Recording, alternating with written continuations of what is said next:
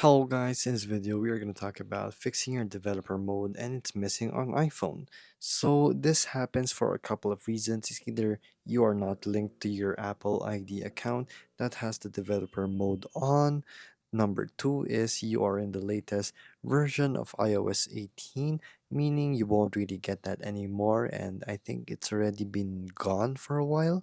So if you still are a developer and you want to turn on developer mode on your iPhone, you can locate it in privacy and security in your iPhone, scroll down, and it's supposed to be right here. But if you don't really have it, you might have to boot up your MacBook and connect it and redo all the steps to becoming a developer and developer mode enabling in your iPhone, because that's the only way you can actually get it to fix the missing button here in your iPhone. So those are the things you can do to fix your developer mode missing on your iPhone.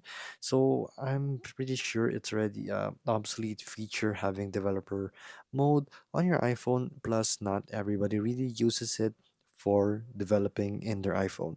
But if you are to happen to be developing in your iPhone, you can go to your MacBook and re-enable it via connecting it with your iPhone and MacBook and setting up the process again. So there you go guys, that is how you fix it. If this video was helpful, please hit the like button and don't forget to subscribe.